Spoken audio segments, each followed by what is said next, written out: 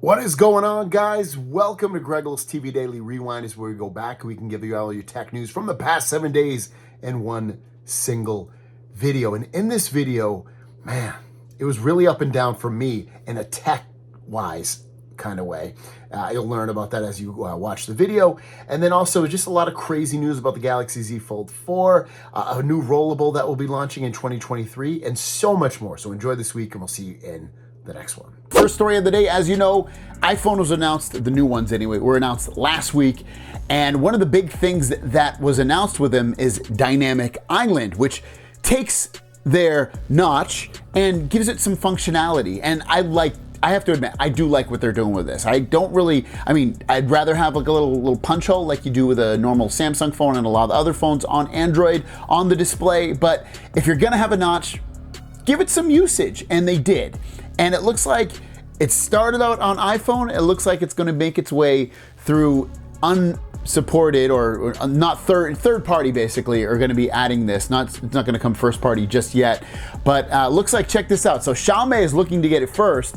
And it looks like Dynamic Island style notifications now playing on the Xiaomi MIUI, which is their Mi theme. Developers never disappoint. So it's on Xiaomi phones basically, and it gives you the Dynamic Island feel on Android on a Xiaomi phone, and you pick it up in that theme store. Again, I don't think it's a bad idea. It's very attractive. I think it's more attractive than what we get currently on Android with just a thing coming down. It's better looking, I think, overall, and I applaud Apple for what they did with what they have on the display. Let me know your thoughts about Dynamic Island in general, and also kind of making its way third-party wise to Android. Next up, as you can see from the headline, don't use cases that are designed for the Galaxy Z Fold 4 that don't use tape. What do they mean by that? Well, what they're saying is if you get a case with a Galaxy Z Fold 4 and you can just keep it on there and it stays on there, there's a chance it might get basically scratched on the edges here all the way around. The tape helps to hold the case in. You'll have little tape strips, like I have it on this one. You can see the little black things that go around the phone at the top and at the bottom, and basically holds the phone in place. And if it's not there, potentially it will scratch along the edges of the phone. For me, I have to admit, I haven't really had that problem. I'm pretty sure the last case I had, at least on the Z Fold 3, did not have any tape around, and it stuck right in place. Didn't scratch my phone anywhere along the edges either. So I'd have to, again, I loved that case. I don't even know where it is. It was in my office somewhere. But yeah, I love that case. So you might not, it's not gonna happen to everybody, I have to admit. If it doesn't use tape around the edges, it's not gonna scratch your phone indefinitely, but I guess there's a chance it could. If you read through the comments, other people had the same issue. So it's just something to know. If you do get a case and there's no tape for the edges, potentially might scratch, so just be careful.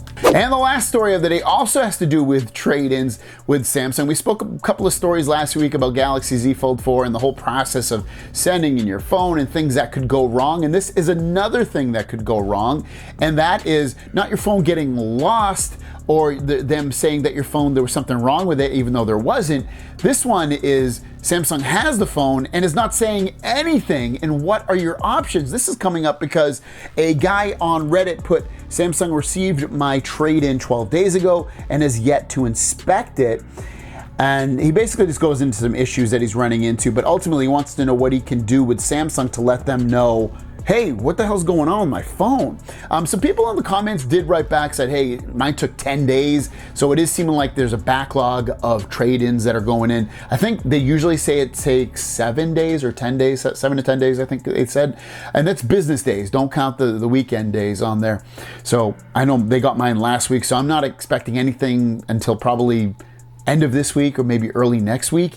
But still, what are your options? Well, it seems like the best option if this does happen, and a couple people wrote this in the comments, is that if you do have this issue, reach out to Samsung support either by phone or chat. Probably phone, I would say, is better, but reach out to them, and when you do call them, say, hey, I sent my phone in, over 2 weeks ago, what is going on? And a couple of the people went on to say that, hey, I had the same issue, I called Samsung.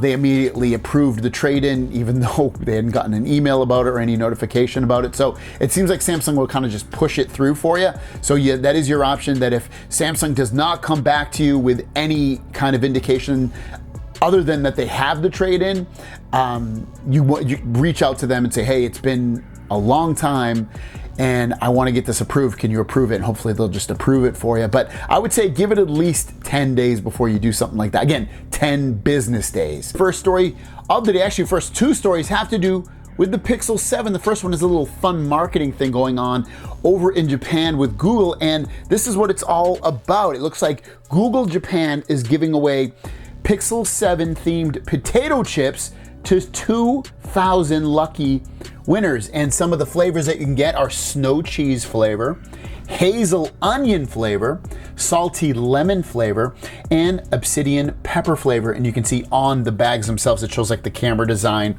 and the bar going across. They're like just like it would look like on the back of the phone. This is really, really fun stuff. I love these collector item things that phone companies and other companies do with things that they don't generally create, but they are marketing items. I love this. I almost feel like when you buy a phone or a big ticket item, companies should do stuff like this. I think it adds, it's not like something that's going to probably make you personally buy the device, but it might steer you in that direction. Like, oh, this company's fun. They're releasing these other things with it that I can get that look kind of like this item, but I can eat it. Like, I think that's so fun. What do you guys think? Do you like these kind of off-center items that companies come out with for marketing items, or do you like, I don't care, let me know. Speaking of the Pixel 7, and this is all from Roland Quan saying that both new Pixels, that's the 7 and 7 Pro, will come with 128 and 256 gigabytes of storage and should be shipping within 2 weeks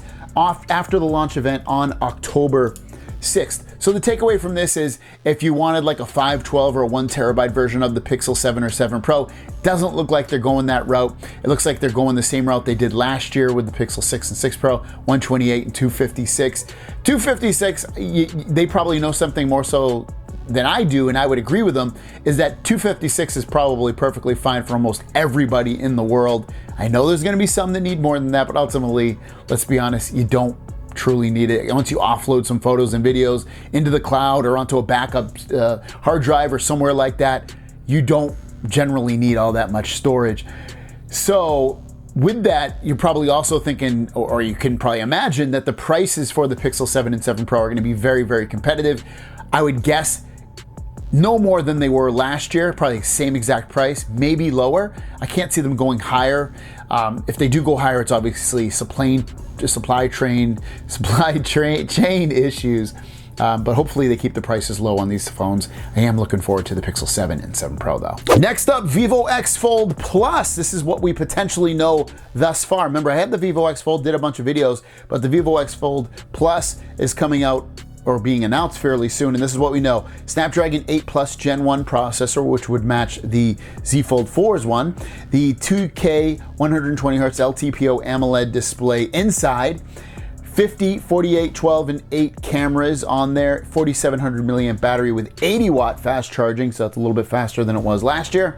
Coming soon. Design potentially the same as what we got last year. And if they do that, it's probably to keep the prices a little bit lower, but hopefully they bring this to more markets outside of China so that it can be a more compelling device software-wise for everyone else, especially on the Western side of the world. Next up, as you can see from this headline right here, if you have a Galaxy device for 99 bucks, if your screen is cracked, if you have a Galaxy S device, S9 or newer, if you have a Note device that is Note 9 or newer, and if you have a Galaxy A series, excludes all S and Note models prior to S9, you can get your screen repaired for basically 100 bucks. If you have a Z Fold series, could be a Z Flip or Z Fold, no matter if it's 1, 2, 3, or 4, you can get your screen fixed for 250 bucks. Some caveats in here are, if you're looking to be eligible for this, you have to bring it to either, you have to have a Samsung account, don't have to have a Samsung account if you're in California, but you can still get it fixed if you're in California. And to start with the repair process, you have to do it via Samsung's website or mail-in or walk-in service option, or Best Buy locations or bestbuy.com. Also take into consideration that this does not include the replacement of back screen glass. This does not cover that price. Is the promotion specific to devices purchased on Samsung.com? No. Will the battery be replaced as part of the promotion? No. Can I redeem this promotion at a Samsung authorized walk-in location? Yes. How can I ship a device to Samsung? It tells you how. What if my device has damage not covered under this promotion? A price change may occur if the device has a condition not covered under the promotion. And then also, what is the regular non-promotional pricing for screen replacement? And you can check that out. So there is kind of a break in pricing right now. It doesn't say, I didn't see when it ends. So if you do have a cracked screen and you're not going to get a new phone anytime soon, definitely take advantage of this, especially if you don't have insurance. And our last story is more of like a heads up, and it's very cool. So as you know, Ross Young has been on my channel, is a big person in the display market for basically any device, especially on the mobile side. And he has released a new report, which I haven't seen, but he put a tweet out, and the tweet is very telling. And here it is. It's basically saying that DSCC, the company he owns and runs, captures all of 2023's foldable and rollable smartphone and notebook programs, display specs, and volumes 2023 forecast provided by month. And his tweet goes on to also say 2023 foldable smartphone lineup revealed, first rollable smartphone, more foldable notebooks, and more. So the big takeaway from that to me is first rollable device should be released in 2023. It's in his report. I don't pay for his report. You have to get access to that by paying for it. So I don't pay for his report, but I assume he's going to release it over the coming weeks and months, or it'll get leaked out. So you have to wonder who's going to be releasing the first rollable smartphone to the market. I would guess it's Samsung, but that remains to be seen. The first couple stories are about the iPhone 14. So first of all, the reviews are out. I haven't watched any of them, but I've seen some tweets going out. Basically, the sound of it is that it's not a huge upgrade from the iPhone 13 phones. The bigger thing are these two things. So first of all, check this out. This is a joke from a Samsung commercial from a while back. This guy put this on I guess he saw it on Instagram saying iPhone 14, you can see it. Remember the notch came out and they had that commercial, Samsung showing a guy with a notch haircut. Now they have Dynamic Island, which is the new haircut. I thought this was absolutely hilarious. And then the second thing is this. This is a game from this guy. I guess he's working on it, trying to get it out by Friday. But what it does, it's actually really cool stuff. It basically uses a dynamic island to create a kind of ping pong type game where you go back and forth and try to hit the dynamic island with the ball when it's on the screen. Use your finger down below to try it into, hit the ball. I think this is so cool. This is something I mean, I wouldn't pay like maybe a 99-cent or a free game. I would definitely try it. It looks somewhat fun. So what about you guys? Would you try that game? Do you like the idea of making a fun little game out of the dynamic island? Let me know in the comments below. Next up is about future Samsung Galaxy phones not having any physical buttons. No power button, no volume buttons, and when possibly that could happen. It looks like the latest leak or rumor coming out of this is that Samsung is planning to remove physical buttons, power, volume up, volume down, etc. All of the buttons will move to the display by software method, and it could come as early as the Galaxy S25. So we're still a ways out, basically 2-3 years away from this actually happening, but it looks like it's gonna happen. Apple will probably end up doing something like that first. There's been rumors Apple's been gonna do something like this for a long time. They already took the SIM card tray away. The buttons are next, right? And Samsung usually follows suit with what Apple kind of does sometimes with certain things like that. So I highly suspect Apple will be the first and then Samsung will follow suit. Yesterday we spoke about foldable and rollable phones coming out in 2023, specifically rollable phones, and there was information that came out from Ross Young saying that this is gonna happen. I don't subscribe to his report, meaning I don't pay for it, but I guess Sam Mobile does, and they put out an article saying that the rollable phone from 2023 will not be coming from Samsung, unfortunately. It will be coming from a Chinese manufacturer, but in his report, he doesn't mention who that company is. But if you had to guess, it's probably gonna be Oppo or Huawei or Xiaomi, one of those companies. A lot of people are leaning more towards Oppo, so we'll wait and see, but looks like rollable phones will be coming out from a Chinese company first rather than Samsung. So unfortunately, it doesn't look like it's a phone that's probably gonna come out to where we live. We'll probably have to import it. And our last two stories are about the Galaxy Z Fold 4 and usually it's like, oh, the big display broke, something happened in the middle of this display or cracked or something like that. This one is actually about the outside display and it having issues, and it's from two different people. Something to know, something to be aware of. The first one I found on Reddit, and basically he kind of has that line down the middle, but it's, again, it's on the outside display and it's all kinds of different colors. It's unfortunate that he broke his phone. I don't even think he said he dropped it or anything. It just happened. So it seems to be a defect. So hopefully you can get that fixed with Samsung for free. The other one is Max Weinbach. This one's a little bit more different. This said, this happened on my Fold 4. Guess I got to see how Samsung's repair under warranty process is. Now, it's right there above where it says 932. It's that little circular thing there. And it looks just like a bubble from the screen protector where it's having an issue with a bubble. But he said he doesn't have a screen protector on there. And it seems like potentially what that issue is OLED burn-in potentially, and it happens from prolonged usage of the screen under the sun with OLED displays. I've personally never had this issue. I've had screen bubbles with a screen protector, but his is not like that. So he said he hasn't kept it under prolonged sunlight. So I'm not sure what the issue is caused by like that. If more information comes out about that, I'll let you know. But I guess the key takeaway from that is don't keep your OLED display, no matter what phone it is, under prolonged sunlight, because you might have an issue like that. First story of the day has to do with the iPhone 14 Pro Max and the dynamic island. I get my phone tomorrow, so I'll have some more thoughts about it this weekend about the new iPhone 14 Pro Max. But anyways, this is, remember, has that dynamic island at the top of the phone that it kind of adds some digitalization to the notch in there and adds some functionality to it. But what does it look like outdoors? It doesn't look that great outdoors. John Prosser took a screenshot of someone's video. I don't even know whose video this is, but basically it's a screenshot from that person's video, and it shows off the dynamic island, and it looks pretty faded out next to the actual, cutout of the screen on there. So when you're looking at outdoors, it's gonna kind of look grayish more than black, but in different environments it should look really dark. But what do you guys think? Let me know what you think about that dynamic island. I'm kind of still stoked for it. Next up is all about your favorite phone and my not so favorite phone, maybe one of my favorite phones, but not my favorite phone.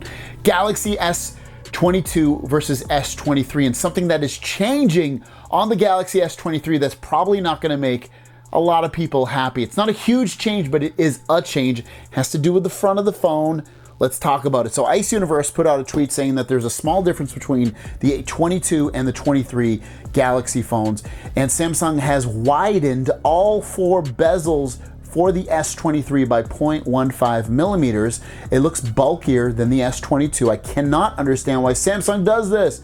I have to again suspect that there is a spy inside Samsung. I don't know if that's the correct words to say, but ultimately you can see S23 getting a wider bezel versus lesser bezel. I don't know. Again, I don't know why they would do that either, unless it has something to do with the phone being flatter and they have to make the bezel wider because the screen's gonna be flatter. I don't know.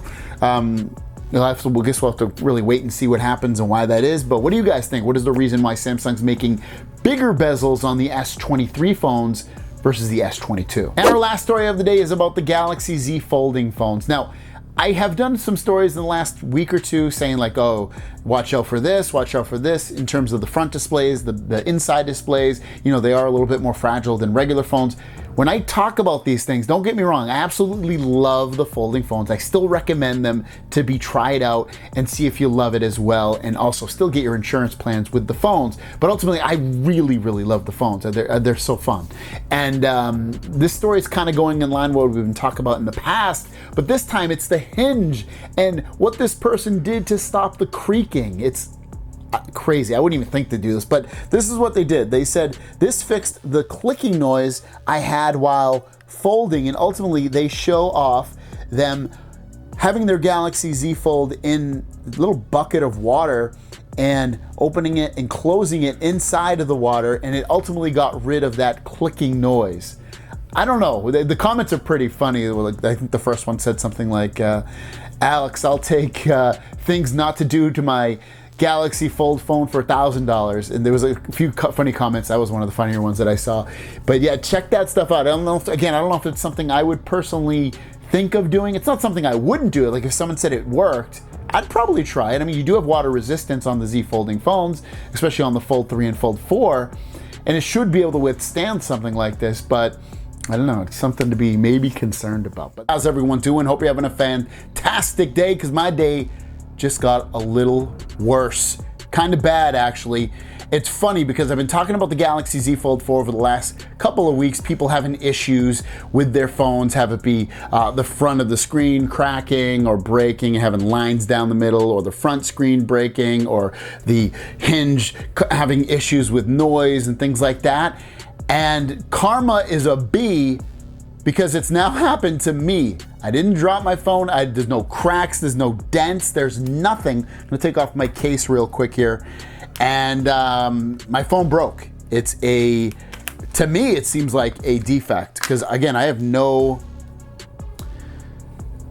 when you look at the phone, you might not see it, but when you look at it, smack dab right there, I have a pixel, a big pixel. I'll show it on a separate video, like over here or something. Yeah, I have a pixel on there that's kind of big, and it wasn't there before, and I wasn't even doing anything. It was in my pocket. I was listening to audio. It wasn't there this morning when I was using my phone. I was washing my car. It wasn't even, no water at all. It's because it's just a spray wash. My pockets aren't wet. The phone didn't get wet. None of that stuff. So it's not that. And I went into my office. I was about to start my news video, which the thing I'm doing right now. And of course, kind of a slow news day. So this is actually kind of a blessing in disguise, I think, as you'd say. And I noticed that ultimately really, really big pixel on the screen. So what I did is I called Samsung Care Plus, because I have the insurance plan, the same thing I tell you guys to get. If you're in America, I know probably other parts of the world too, but at least in America, you can still go on Samsung Care Plus website, and as long as it's been within 3 months, which it has at the time of making this video, you can sign up for Samsung Care Plus. Just do it if you don't have an insurance plan.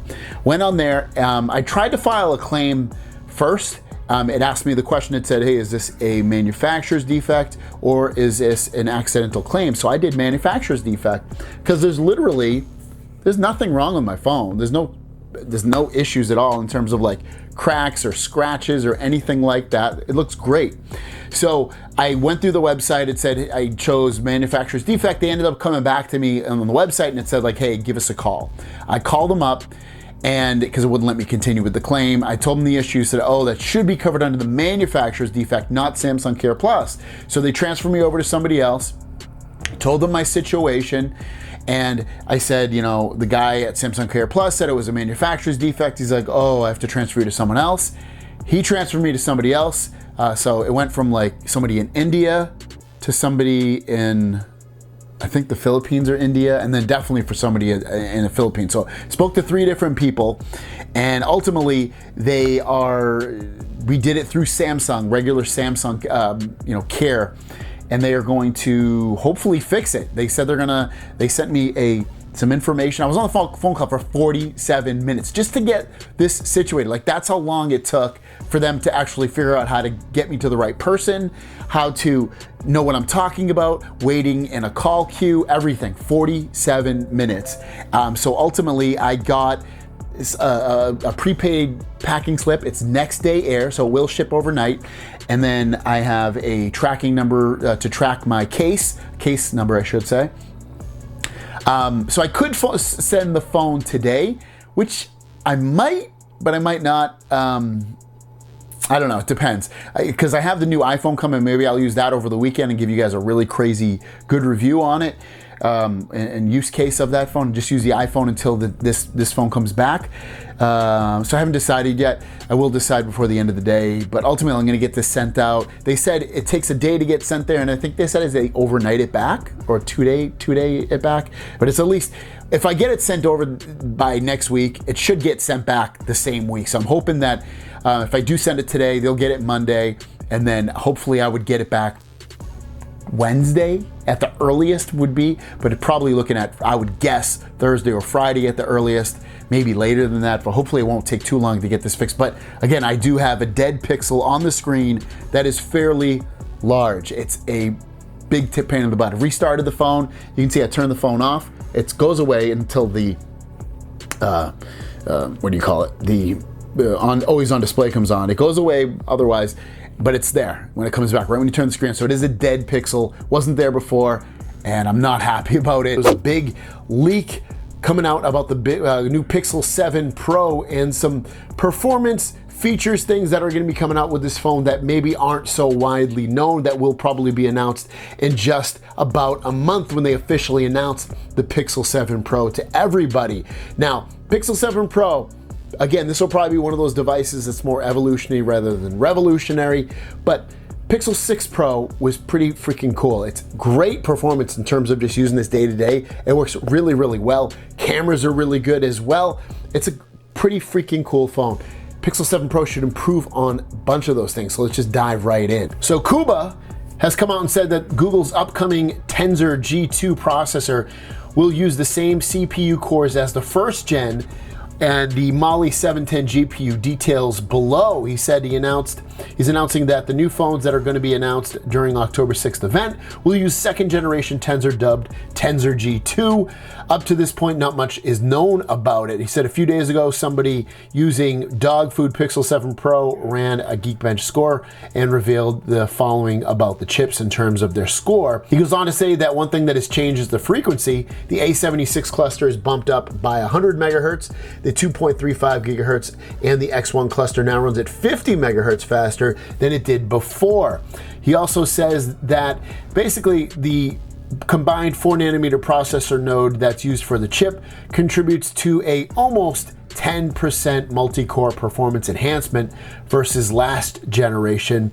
He said, while it might seem like a loss for Google, it is a good decision. The current trend in ARM cores is improving the performance at the cost of worse efficiency and higher power use, aka worse battery. By keeping the older cores, Google avoids getting those characteristics, meaning they should have good battery life, good battery performance. Thanks to the 4LP process, this chip gets more thermal headroom and efficiency to run at higher frequencies. The first gen Tensor rarely ran tasks on the Cortex X1 cores because of how much power they used. Now it might be considerably better. He said the G2 is way slower than the competition in terms of raw CPU performance. That would mean against Apple and this newest Snapdragons. These days, that's not everything though. Thermal solutions, software optimization, and miscellaneous components also take a big part in delivering good UI and performance. He said the GPU, on the other hand, gets a big upgrade, basically a 20% performance improvement with 20% power reduction and a huge 35% ML speed up. So basically what he's talking about there is that he's saying that the GPU is going to be more powerful, 20%, and use less battery when it's being used. And he also said that the Google camera pipeline runs off that GPU so that the performance of the camera and the when they optimize the photo for you should be a faster process now with this new Pixel 7 Pro overall. And lastly, he said that the device will also come with a brand new S5300 modem from Samsung, which should enable NR/RL16 features as well as improved peak speeds and stability. So at the end of the day, what is he talking about? Pixel 7 Pro over the Pixel 6 Pro. In terms of day-to-day performance, is probably going to feel a lot the same, which to me is already feeling very fast on this.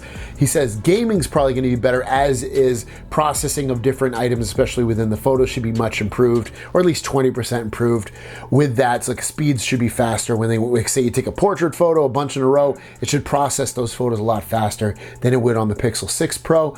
Also, battery life should be improved. I would think heating and cooling, one of the things that kind of at times hurt the Pixel 6 Pro, should be improved on the Pixel 7 Pro. And then also you should get better networking speeds as well, have them be on Wi-Fi and 5G internet. So there are going to be some nice upgrades coming to that Pixel 7 Pro. Kind of a slow tech news day, but I do have a bit of information and update for you regarding my Galaxy Z Fold 4. If you haven't known, the other day my phone screen broke. I have a kind of a giant pixel smack dab in the middle of the screen, and I assume it will only get worse over time. So I reached out to Samsung, and they're going to RMA it for me, fix it for me. As of right now, it's not my issue. It's a issue, or an issue that I caused, I should say. It's an issue or a defect with the phone in general. So unless something changes, I'll let you guys know about that. But I've factory resetted my phone because I have to send it off. I have my paperwork down here to send it off, and I'm gonna send it off so that I can get it fixed. I am headed to Los Angeles for a few days for a TCL event, so I'll be in Los Angeles anyway. So what phone am I gonna be using? That is the main question. I reset this one. There was talks I might use my new iPhone 14 Pro Max. I have that phone that I could potentially use, which I will bring. I will bring this one, but it won't be my main phone. I could bring my Galaxy S22 Ultra or my Pixel 6 Pro. Well, which phone did I put my SIM card in? I put it in my Pixel 6 Pro. I haven't used a Pixel phone as my main phone in a bit, and I was like, you know what? Why don't I make it my main phone for it? You know, it's been a while since I've done it, so why not make it my main phone? I stuck on a pop socket, which is an old pop socket at that. Probably time to get rid of this one. It's starting to bubble up at the bottom. But I have a pop socket on there. My SIM card's in there. Most of my apps are already logged in because I have it as a secondary phone anyway. So everything's on and ready to rock and roll. And I love the camera on this, so I'm going to Los Angeles. And if I'm going to take photos of people and stuff, I have this phone. And then obviously the iPhone also takes some nice photos as well. So for me, perfectly fine. I don't plan on taking any amazing moon shots of the Los Angeles moon, so needing a 100x zoom or a really far distance zoom isn't important to me. And getting the Z Fold 4 fixed and hopefully back in time by the time I'm done with my little vacation, not vacation, but little work thing with TCL. Hopefully it'll be back in time by that time. So that's what I'm doing with it thus far. Your question of the day is, which direction would you like to see Samsung head into in terms of pushing most of their energy into? Would it be in VR? Would it be in rollable and foldable phones? Would it be to stick and really keep improving regular candy bar phones, traditional phones, I say? Would it be some other kind of technology? Let me know in the comments down below. Have a great day, and wish me luck with my Pixel 6 Pro as my main device. Peace!